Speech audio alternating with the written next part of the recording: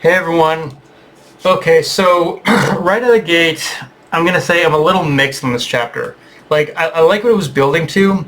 Not sure I like how it ended though, as yeah, a good chunk of this chapter is seeing Natsuki playing both sides and trying to exploit any avenue and weakness against Club Jam in order to get the information he wants on Mafuyu. And I really like this dynamic as it forced Natsuki to really think on his feet and exploit every trick he had in his arsenal in order to not only defeat Club Jam but again to also get him to talk and to just tell him what he needed to know. So if I liked all that, where does it lose me?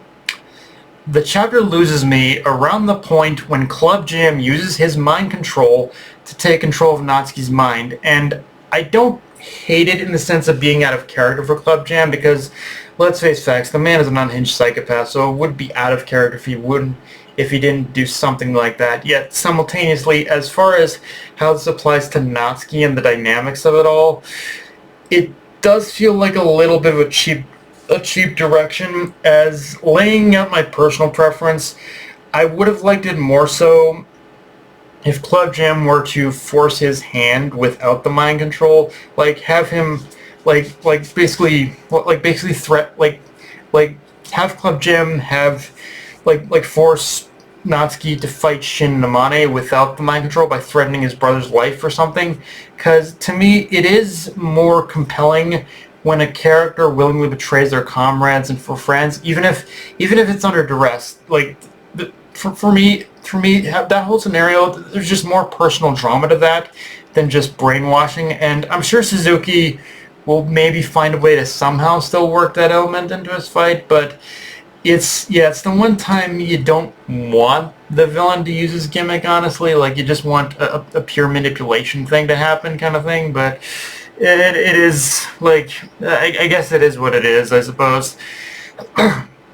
In saying all that, one thing I did like about this chapter, though, is what I would call the generational argument between Amane and Byodo in this chapter, where Byodo is outright chastising Amane for his weakness, his inability to act with conviction, and still hesitating to make the killing blow when that could very well be the difference between getting himself or his allies and friends killed. And while in any normal scenario I would fully praise Amane for sticking to his principles, I can't deny either that Byodo does have a point as well. Like, if there's one thing I consistently am willing to praise Sakamoto Days for, despite any flaws I have, is that Sakamoto Days, for as goofy and sometimes as action-packed as it can be, neither is it really your traditional idealistic shonen world either. Like, where not killing is just gonna make everything better. Like, one thing that the mangaka Yuto Suzuki has consistently shown that I really like is that there are real consequences for living by those very rigid rules. That not killing a very dangerous person is what can cause serious harm to basically the world at large. The only one who has kind of been able to get away with it is Taro Sakamoto himself, and the only reason for that is because Taro is as skilled as he is. But even Taro, let's be honest, is kind of facing the realities of what happens when you let someone live, which is that you get the whole situation that we're in we're facing with Uzuki. Like Taro's kind of inability to kill Uzuki is what has spearheaded the entire story itself. And but so there is that always overarching theme of, like, how not killing someone actually causes more harm than good in a way. But on on a much more personal level, I think Byodo's words do come from a place of caring, that all he wants to do is make sure Amane's remains safe and that he can protect himself. Like, he doesn't like Byodo, at the end of the day, he doesn't want what happened to Amane's mother to happen to his grandson as well.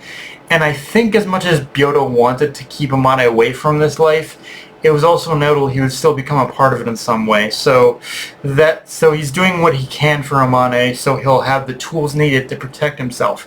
And I'm not going to lie, while I don't believe Byodo's going to die, I think this setup at the end of the chapter with Club Jam and Natsuki is going to be that hard knocks lesson for Amane. Like, as much as I just railed on the decision to brainwash Natsuki, if it's meant for the purpose of teaching this lesson to Amane, then I might be willing to forgive it a little bit. Having said all that, I will say the one thing I really liked with Club Jam in this chapter is that it shows just how versatile he actually is an assassin, and that his ability to mind control isn't the only thing that's dangerous about him. As this chapter did plainly show, he is a rather skilled combatant with how he was able to maneuver around and very easily kind of like find him turn any situation that Natsuki threw at him around on his head in his favor instead. And so like we really got a sense of just how naturally skilled Club Jam is on top of his more unnatural ability. So combining that with his mind control abilities now, it really does paint a picture of how dangerous he is.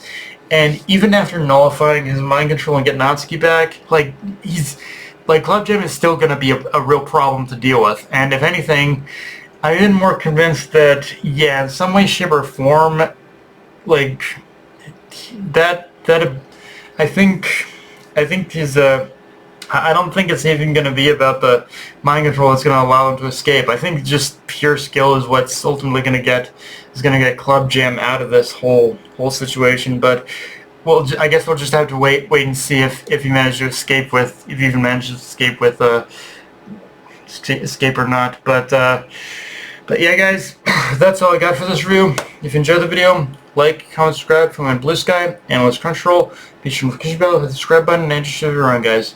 Dark Knight signing off. Later, everyone.